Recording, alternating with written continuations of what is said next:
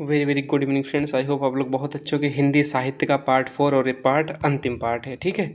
इसके बाद अब कोई पार्ट नहीं आएगा और आपका साहित्य कवर हो गया और अच्छे से आप लोग पढ़ रहे होगे। रही बात टारगेट की, अब सब लोग कमेंट कर रहे हैं भैया हम सब अपने आप पढ़ना चाहते हैं, 10-15 दिन रहेंगे तो अपने अकॉर्डिंग टाइम टेबल बना के हमें ये करना वो करना, तुम उसी के अनुसार पढ़ लिया करेंगे। तो मैंने जो भी इंपॉर्टेंट वीडियोज होंगे बहुत चीज़ें हम डाल दिया करेंगे, उनको देख लिया करना, क्योंकि कुछ चीज़ें लास्ट में बहुत इंपॉर्टेंट होती हैं जिनके बारे में हम करा दिया करेंगे, ठीक है। और टेंशन मत लेना, इतना साहित्य करके जा रहे हो, इससे बेहतर आप कर पा रहे हो तो उससे बेहतर आप करके जाना। साहित्य है, इतना साहित्य मैंने करा दिया। आपने 1, 2, 3 और 4 4 पार्ट में साहित्य करा पाना बहुत मुश्किल बात होती है। रचनाएं कराना, उनमें से आना रचनाएं, और इससे ज़्यादा आप लोग कर भी क्या पाओगे, कर पाना तो बहुत अच्छी। हाँ, इसके बाद आप पुरस्कार जरूर कर लेना अपने आप। बाकी मैंने रचनाएं और साहित्य में जो कुछ था वो सब करा दिया है, ठीक है। चलते हैं अपने पार्ट पे। सीधे पढ़ लो, कुछ रखा नहीं है, जॉब ले लो और अच्छे से पढ़ के जाना और प्रेशर मत लेना अपने खुद पे। जो कुछ होगा वो ऊपर वाले के हाथ में होगा। अपनी अपनी मेहनत के अनुसार सबको अपना अपना सफ़र मिलेगा, किसे कैसा मिला। हिंदी साहित्य का प्रथम लेखक गारसा दत्तासी को माना जाता है। इनकी ही रचना है इस्ताद्वेतर इंदो इंदो हिंदुस्तान करके, ऐसे करके इंदो इंदो हिंदुस्तान। वो रचना देख लेना, बहुत ज़्यादा पूछने के चांस हैं लेकिन उसको मैंने लिखाया नहीं है लास्ट में, उसको एक ही रचना छोड़िए, बाकी आप लोग इससे इंपॉर्टेंट चीज़ें जो मैंने करा दी। हिंदी का प्रथम व्याकरण किसने लिखा? जेसुआ केटलर ने लिखा हिंदी का प्रथम व्याकरण। और हिंदी की प्रथम रचना और प्रथम लेखक कौन है? गारसा दत्तासी। हिंदी साहित्य के इतिहास में काल विभाजन किसने किया? ग्रियर्सन ने किया। हिंदी साहित्य के इतिहास में काल विभाजन। अब रचनाएं देख लो। प्रेम सागर लल्लू लाल की रानी केतकी कहानी हिंदी की प्रथम कहानी है। कौन सी प्रथम कहानी है? प्रथम कहानी रानी केतकी की कहानी। ईसा अल्लाह खां, ईसा अल्लाह खां। उसके बाद नासकेतोपाख्यान, नासकेतोपाख्यान किसकी? सदल मिश्र की नासकेतोपाख्यान। सुख सागर सदा सुखलाल की। गोरा बादल की कथा जटमल की। मैंने ऐसे याद की थी, जटमल कृत गोरा बादल की कथा। ये चीज़ें याद हैं लगभग, जितने भी रचनाएं कराई सब मुझे याद है। 90% तो याद होंगे, 2-4 की तो खैर नहीं कह सकते, हर इंसान भूल जाता है, हम भी इंसान ही हैं। तो 90% जहाँ तक मुझे याद है सारी। ऑप्शन आएगा तो गलत नहीं होगा। तो गोरा बादल की कथा किसकी है? जटमल की है, जटमल की। अब इसे देखो, रामचंद्र शुक्ल के अनुसार काल विभाजन। आदिकाल का ही दूसरा नाम है वीर गाथा काल। यदि आपसे पूछे जाए चंद्रबरदाई किस काल की लिखी हुई रचना है? चंद्रबरदाई किस काल की लिखी हुई रचना है? तो आप लोग कहोगे आदिकाल या वीर गाथा काल की चंद्रबरदाई रचना है। किस काल की है? आदिकाल या वीर गाथा काल की। इसका जो समय था 1050 से 1375 रहा है। पूर्व मध्यकाल इसे कोई भक्ति काल कहते हैं। भक्ति काल 1375 से 1700 ईस्वी तक रहा, ठीक है। और रीतिकाल, उत्तर मध्यकाल या रीतिकाल। और रीतिकाल को सिंघाल काल किसने कहा? रीतिकाल को श्रृंगार काल कहा था विश्वनाथ प्रसाद सिंह ने। ये रीतिकाल को क्या कहा था? श्रृंगार काल कहा था। आधुनिक काल 1900 से अब तक चला, और जो रीतिकाल था जिसे उत्तर मध्यकाल कहते हैं 1700 से 1900 के सन के बीच में चला, ठीक है। अब देख लीजिएगा आदिकाल का नामकरण। आदिकाल का नामकरण हजारी प्रसाद द्विवेदी ने आदिकाल को आदिकाल कहा। रामचंद्र शुक्ल ने इसे वीर गाथा काल कहा। और राहुल सांकृत्यायन ने इसे सिद्ध सामंत काल कहा। महावीर प्रसाद द्विवेदी ने बीज वपन काल कहा। जॉर्ज गियर्सन ने चारण काल कहा। बहुत से हर किसी ने अपना अलग अलग नाम दिया, लेकिन जो मुझे इंपॉर्टेंट लगे मैंने राहुल सांकृत्यायन ने सिद्ध सामंत काल इंपॉर्टेंट लिख लेना। महावीर प्रसाद का बीज वपन बहुत इंपॉर्टेंट, ये दो तो जरूर याद करके जाना। और रामचंद्र शुक्ल वीर गाथा काल, ठीक है। कुछ भी छूटेगा नहीं, जो चीज़ इंपॉर्टेंट है वही चीज़ लिखाई, क्योंकि लास्ट टाइम में गाथा लिखाना कोई बड़ी बात नहीं। हो सकता है आप इससे बेहतर पढ़ पाओ तो आप लोग उससे पढ़ लेना। अब्दुल रहमान की रचना पूछी गई थी, इसलिए रखना संदेश रासक। एक देखो, एक एक रचना लिखी, इनकी सोचो कि कितना समराइज करूँ, आखिर कहाँ तक रोकूँ। संदेश रासक किसकी? अब्दुल रहमान की है। रेवंत गिरिराज किसकी? विजय सेन सूर की है। स्थूल भद्रदास जिन धर्म सूर की। श्रावकाचार देवसेन की। और जयचंद्र प्रकाश किसकी? केदार भट्ट की रचना। जयचंद्र प्रकाश केदार भट्ट की रचना है। अब आगे अपने स्वयंभू। इन्हें अपभ्रंश का वाल्मीकि कहा जाता है। बहुत बार पूछा गया, अपभ्रंश का वाल्मीकि किसे कहा जाता है? स्वयंभू को कहा जाता है। इनकी रचना परमचर्य स्वयंभू, इसको पूरा किया था। इसके उत्तर भाग की रचना किसने की थी? त्रिभुवन ने की थी। यूपीपी रेडियो ऑपरेटर 2024 एग्जाम, इसमें क्वेश्चन आया था 2 फरवरी फर्स्ट शिफ्ट में। तो रचना परमचर्य पूरा इसको किसने किया था? इनके पुत्र त्रिभुवन ने किया था। और ये राम कथा पर आधारित है। किस पर आधारित है? राम कथा पर आधारित। इन्हें अपभ्रंश का वाल्मीकि कहते हैं। और अपभ्रंश का प्रथम महाकवि भी कहते हैं। अपभ्रंश का प्रथम महाकवि भी कहते हैं इसे। अपभ्रंश का प्रथम महाकवि। अन्य रचना इनकी रिट्ठ मेठी चरी दो ही रचना इनकी याद कर लो, बस बाकी कुछ नहीं याद करने, बाकी याद करने को तो बहुत चीज़ें, क्या क्या याद करोगे।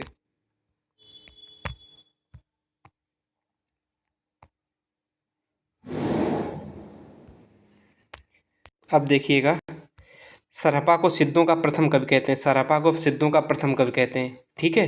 84 सिद्धों में प्रथम कवि कौन है? सरहपा। 84 सिद्धों में जो 84 सिद्ध थे इनमें प्रथम कवि कौन है? सरहपा है। सबसे पुराना कवि माना जाता है प्रथम कवि। नोट, बौद्ध धर्म से जुड़े जितने भी साहित्य हैं, बौद्ध धर्म से जुड़े जितने भी साहित्य हैं वो पाली भाषा में लिखे गए। क्या? पाली भाषा में लिखे गए हैं। इस क्वेश्चन को पूछा गया था भक्तिकाल, पूर्व मध्यकाल या भक्तिकाल, इसको कितनी शाखाओं में वो डिवाइड किया गया? निर्गुण काव्य शाखा और सगुण काव्य शाखा, दो शाखाओं में विभाजित किया गया। और निर्गुण काव्य शाखा को ज्ञानाश्रय शाखा, प्रेमाश्रय शाखा, देखो ज्ञान और प्रेम ही तो बनेगा ज्ञानाश्रय शाखा, प्रेमाश्रय। सगुण काव्य धारा को रामाश्रय शाखा और कृष्णाश्रय शाखा। जो मीराबाई थी वो कृष्ण की थी, कृष्णाश्रय शाखा की कवि थी, आप लोगों की याद हो, ज्ञानाश्रय शाखा। भक्तिकाल को हिंदी साहित्य का स्वर्णयुग किसने कहा? भक्तिकाल को हिंदी साहित्य का स्वर्णयुग श्याम सुंदर दास ने कहा। भक्ति आंदोलन कहाँ से, भक्ति आंदोलन का उदय कहाँ हुआ था? दक्षिण भारत में हुआ था। पूछा जाए कि भक्ति आंदोलन का उदय कहाँ हुआ था? दक्षिण भारत में हुआ था। दक्षिण भारत में प्रारंभ आलवार भक्तों की परंपरा से था। आलवार भक्त क्या थे? इनकी संख्या 12 थी। आलवार भक्तों की संख्या 12 थी। इन 12 संख्याओं में सबसे महत्वपूर्ण जो महिला भक्त थी वो आंडाल थी, और इन दक्षिण भारत की मीरा कहा जाता है। दक्षिण भारत की मीरा किसे कहा जाता? आंडाल। आंडाल एक महिला थी जो 12 आलवार भक्तों में एक थी, ठीक है। आप इस रचना को देखिएगा। असाहित किसने लिखी? वो, हाँ, असाहित हंसावली। हंसावली असाहित। चंदायन मुल्ला दाऊद ने लिखी। हंसावती, जो हंसावती रचना है वो किसने की? असाहित ने की। असाहित याद रखना, हंसावली। चंदायन मुल्ला दाऊद की। कुटुबन मृगावती की। उस्मान चित्रावली। उस्मान किसकी रचना? चित्रावली। असाहित हंसावली, मुल्ला दाऊद की चंदायन, मृगावती की कुटुबन की मृगावती और उस्मान की चित्रावली, ठीक है, उस्मान की चित्रावली। देखिएगा, ये तो क्या है? रीतिकाल। दोबारा देखिएगा, रीतिकाल की 3 भागों में बांटा गया था। रीति सिद्ध, रीतिबद्ध, रीति मुक्त। रीति सिद्ध, रीतिबद्ध, रीति मुक्त, इनको याद करोगे। सिद्धिबद्ध मुक्त, सिद्धिबद्ध मुक्त, ठीक है। काव्यधारा, और जो रीति सिद्ध काव्यधारा के कवि हैं वो बिहारी मेन है। और के किस दरबार के थे? जयपुर दरबार के थे। और बिहारी सतसई इन्होंने लिखी थी, कौन सी? ब्रज भाषा में इन्होंने बिहारी सतसई अपनी ब्रज भाषा में लिखी थी। और इसके बाद रीतिबद्ध काव्यधारा के चिंतामणि केशवदास मतीराम भूषण देव। भूषण भी रीतिबद्ध काव्यधारा के कवि थे। सेनापति और देव। और रीति मुक्त की घनानंद आलम बोधा ठाकुर। घनानंद आलम बोधा ठाकुर, ऐसे याद करो क्रम से, घनानंद आलम बोधा ठाकुर, और इनको चिंतामणि केशवदास मतीराम सेनापति देव भूषण। तो ये हो गए रीतिबद्ध काव्यधारा के कवि। अब इनको देखोगा, भूषण कवि। भूषण, शिवराज भूषण किसने लिखी है? भूषण ने लिखी। शिवा बाबनी भूषण की रचना है। छत्रसाल दशक भूषण की रचना है। और दरबारी कवि किसके थे? शिवाजी के दरबारी कवि थे, और इन्हें वीर रस का कवि कहा जाता है। वीर रस का कवि कहा जाता है किसको? भूषण को वीर रस का कवि कहा जाता है। उसके बाद मतीराम की 2 रचनाएं मात्र याद रखने को। मतीराम की ललित ललाम और रसराज, इनकी 2 रचनाएं अच्छे से याद रखना, ललित ललाम और रसराज। देखो आगे, केशवदास की रामचंद्रिका और विज्ञान गीता, 2 रचनाएं याद रखो। देखो बहुत रचनाएं हो सकता है आप लोग ज़्यादा याद रखो, कोई प्रॉब्लम नहीं। रामचंद्रिका केशवदास की रचनाएं। और देव जो नहीं थे रीतिबद्ध रीति मुक्त किस काव्यधारा के कवि थे? तो प्रेम प्रसंग, ठीक है। प्रेम प्रसंग किसकी है? देव की है। भाव विलास किसकी रचना है? देव की भाव विलास रचना। और रस विलास किसकी? देव की रचना है। इन्हें उपमा का बादशाह कहा जाता है। उपमा का बादशाह किसे कहा जाता है? देव को कहा जाता है उपमा का बादशाह। भारतेंदु हरिश्चंद्र मात्र 35 साल की उम्र में एक्सपायर हो गए थे, वरना आज तो इतिहास ही कुछ और लिख देते। बहुत अच्छे कवि थे। अब आगे देखो, इनकी रचनाएं प्रेम माधुरी, प्रेम प्रलाप, विद्या सुंदर, प्रेम पचासा, प्रेम सरोवर किसकी? भारतेंदु हरिश्चंद्र की रचनाएं। और नाटक इनके हैं वैदेही हिंसा हिंसा ना भवति, वैदेही हिंसा हिंसा ना भवति, सत्य हरिश्चंद्र, विशस्य विषमौषधम, भारत दुर्दशा, नील देवी, अंधेर नगरी, कर्पूर मंजरी। और इनका जन्म कहाँ हुआ था? इनका जन्म हुआ था बनारस में। और इनकी जो पत्रिका थी हरिश्चंद्र पत्रिका, हरिश्चंद्र चंद्रिका थी, चलो ठीक है, इसको देख लेंगे। कवि वचन सुधा और बाला बोधिनी। अन्य रचनाएं थी चंद्रप्रभा और बकरी विलाप, किसकी? भारतेंदु हरिश्चंद्र की रचनाएं थी। अब देखो, सुभद्रा कुमारी चौहान, वीरों का कैसा हो बसंत। और इन्होंने एक रचना की थी रानी लक्ष्मीबाई, रानी लक्ष्मीबाई, इन्हीं की रचना थी रानी लक्ष्मीबाई। हरिवंश राय बच्चन को देख लेते हैं। इलाहाबाद में जन्मे, जहाँ कहीं भी जन्मे, इनका जन्म नहीं पूछा जाएगा। मधुशाला, मधुबाला, मधुकलश, प्रणय पत्रिका इंग्लैंड प्रवास के दौरान इन्होंने एकमात्र पत्रकार, जब इंग्लैंड को रुके थे, पता नहीं इंग्लैंड क्या करने गए थे, वहाँ भी पत्रिका लिखी थी। और क्वेश्चन पूछा जाता है कि अपने इंग्लैंड प्रवास के दौरान उन्होंने कौन सी पत्रिका लिखी थी। प्रणय पत्रिका उन्होंने अपने इंग्लैंड प्रवास के दौरान लिखी थी, प्रणय पत्रिका। और दो चट्टानें, प्रणय, अग्निपथ, क्या भूलूं क्या याद करूं, क्या भूलूं क्या याद करूं, इन्हीं के नीड़ का निर्माण, फिर 10 द्वार से सोपान तक, और सोपान इनकी हरिवंश राय बच्चन की ही रचनाएं हैं। अब देखो सच्चिदानंद हीरानंद बसायन अज्ञे, इनका उपनाम क्या था, अज्ञे। शेखर एक जीवनी नदी के द्वीप अपने अपने अजनबी, इनकी रचनाएं हैं। अरे यायावर रहेगा याद, अरे यायावर रहेगा याद, आत्मनेपद। साहित्य अकादमी आंगन के पार द्वार, किस पे, साहित्य अकादमी किस रचना पे मिला था, आंगन के पार द्वार रचना पे इनको साहित्य अकेडमी मिला था। ज्ञानपीठ कितनी नामों में कितनी बार मिला था। और इनकी एक रचना और हरी घास पर क्षण भर, हरी घास पर क्षण भर। सच्चिदानंद वीरानंद हत्सान अज्ञे की सबसे इंपॉर्टेंट रचना हरी घास पर क्षण भर, कितनी नामों में कितनी बार, आंगन के पार द्वार, आत्मनेपद मोस्ट इंपॉर्टेंट, और नदी के द्वीप किसकी, सच्चिदानंद हीरानंद बसायन अज्ञे की रचना है। इस क्वेश्चन को देखो, लाला श्रीनिवास दास परीक्षा गुरु, लाला श्रीनिवास दास से पहला उपन्यास है, वो पहला उपन्यास कौन सा है, पहला उपन्यास है परीक्षा गुरु, किसका, लाला श्रीनिवास दास का, हिंदी का प्रथम उपन्यास इसे बोलते हैं। देवकी नंदन खत्री की रचना कौन सी, चंद्रकांता। देवकी नंदन खत्री। यशपाल की रचना कौन, दादा कॉमरेड। मेरी तेरी उसकी बात, झूठा सच। तेरी मेरी उसकी बात, मेरी तेरी उसकी बात, या तेरी मेरी उसकी बात, ये वाली रचनाएं कोई इनमें से एक आएगी, ठीक है। मेरी तेरी उसकी बात, या तेरी मेरी उसकी बात। दादा कॉमरेड, मेरी तेरी उसकी बात, और झूठा सच किसकी, यशपाल की रचनाएं हैं। अब देखो लो प्रमुख पत्रिकाएं, बाकी आप लोग और याद करवाओ, करो जाके। मैंने इतनी, मुझे जितनी सही लगी उतनी मैंने करा दी। उदंड मार्तंड ये पहला क्या नाम पत्र था, 30 मई 1826 को प्रकाशित हुआ था। पंडित जुगल किशोर थे संपादक इसके, और इसका प्रकाशन स्थल था कोलकाता, और ये साप्ताहिक था। बस इसमें इतनी चीज़ें याद करने लायक हैं जो चीज़ मैंने बताई हैं। एक कैसा साप्ताहिक था, एक सप्ताह में एक बार आता था, और कोलकाता से प्रकाशन होता था। पंडित जुगल किशोर इसके संपादक थे। उदंड मार्तंड पत्र था, और 30 मई 1826 को ये प्रकाशित हुआ था। बंगदूत पत्रिका के संपादक राजा राम मोहन राय थे। बनारस अखबार के राजा शिव प्रसाद सिंह, बनारस अखबार के जो संपादक थे वो शिव प्रसाद सिंह। अब देखो प्रजा हितैषी लक्ष्मण सिंह, प्रजा हितैषी कौन थे, लक्ष्मण सिंह। ब्राह्मण प्रताप नारायण मिश्र। आनंद कादम्बनी बद्री नारायण चौधरी। हिंदी प्रदीप के बालकृष्ण भट्ट थे। और प्रताप गणेश शंकर विद्यार्थी हिंदी नवजीवन पत्र किसका था, गांधी जी इसके संपादक थे। हिंदुस्तान और किसी का भी हो सकता, लेकिन मदन मोहन मालवीय का भी पत्र था। बहुवचन अशोक मिश्रा का था।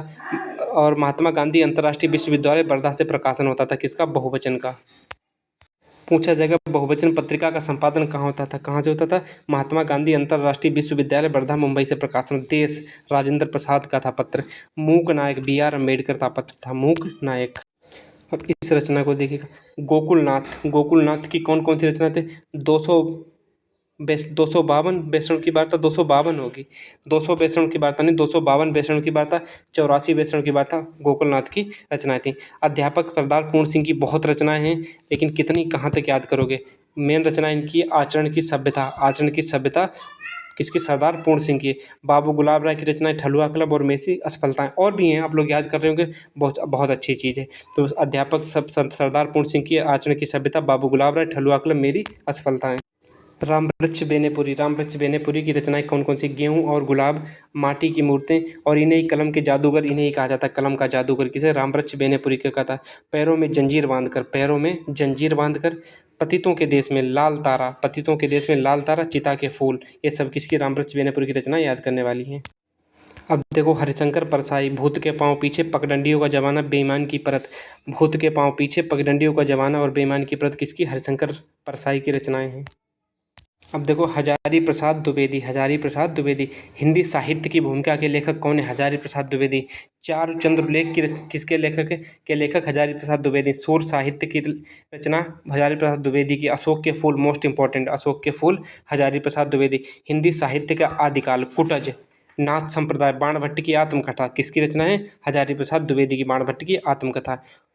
चंद्रधर शर्मा गुलेरी इनका उपनाम था, गुलेरी। उसने कहा था कछुआ धर्म मारे से मोहि कुंठाव, कछुआ धर्म मारे से मोहि कुंठाव किसकी रचना है? चंद्रधर शर्मा गुलेरी की। संजीव की रचना यूपीपी में पूछी गई थी, यूपीपी 2018 वाले एग्जाम में, तो इनकी याद करना बहुत जरूरी है। तो यूपीपी की क्या हो जाएगी? संजीव। फांस, जंगल जहाँ शुरू होता है, जंगल जहाँ शुरू होता है, दो रचनाएं इनकी, फांस और जंगल जहाँ शुरू होता है, किसकी? संजीव की रचनाएं हैं।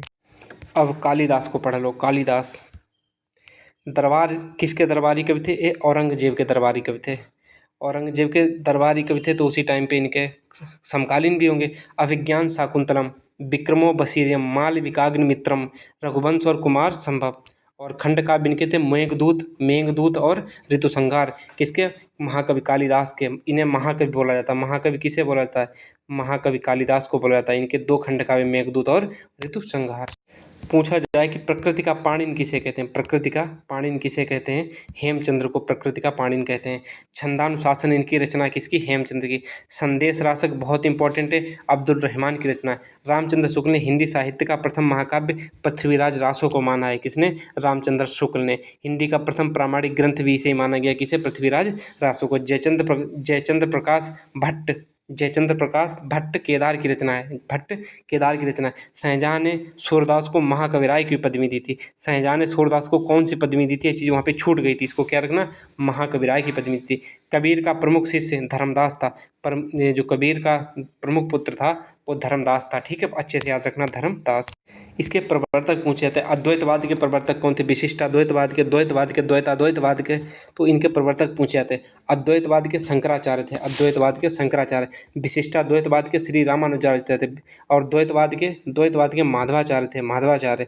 और द्वैताद्वैतवाद के निम्बकाचार्य, द्वैताद्वैतवाद के निम्बकाचार्य। और शुद्धाद्वैतवाद के वल्लभाचार्य। और हरडेवानी की रचना, जो हरडेवानी जो रचना है किसकी? दादू दयाल की है। पूछा जाएगा, यूपीपी में भी पूछा गया था कि हरडेवानी किसकी रचना है? किसकी? दादू दयाल की है हरडेवानी। अब देखो, गुरु ग्रंथ साहिब का संकलन अर्जुन देव ने किया। तो गुरु ग्रंथ साहिब का संकलन किसने किया था? अर्जुन देव थे। ज्ञानदेव किसकी रचना? शेख नबी की है। चंदायन मुल्ला दाऊद की रचना, इसे ही लोरकहा या लोर कथा का भी नाम इसका है। इसे किसे? चंदायन को भी बोला जाता है। और ये चनैनी लोक कथा आधारित पर है। चनैनी लोक कथा पर आधारित है। कौन? चंदायन रचना। और मुल्ला दाऊद को ही प्रथम सूफी कवि कहा जाता है। और लोर कथा किसकी रचना है? चंदायन का ही दूसरा नाम लोर कथा। अब देखो, पद्मावत किसकी रचना है? मलिक मोहम्मद जायसी की रचना है पद्मावत।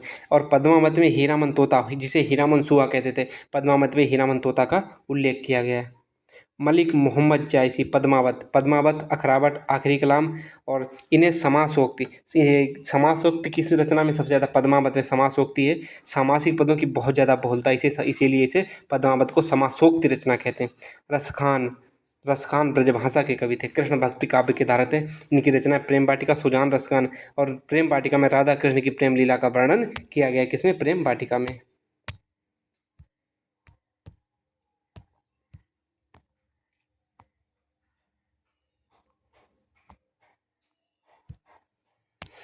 प्रेम वाटिका ही उनकी रचना थी। प्रेम वाटिका किसकी?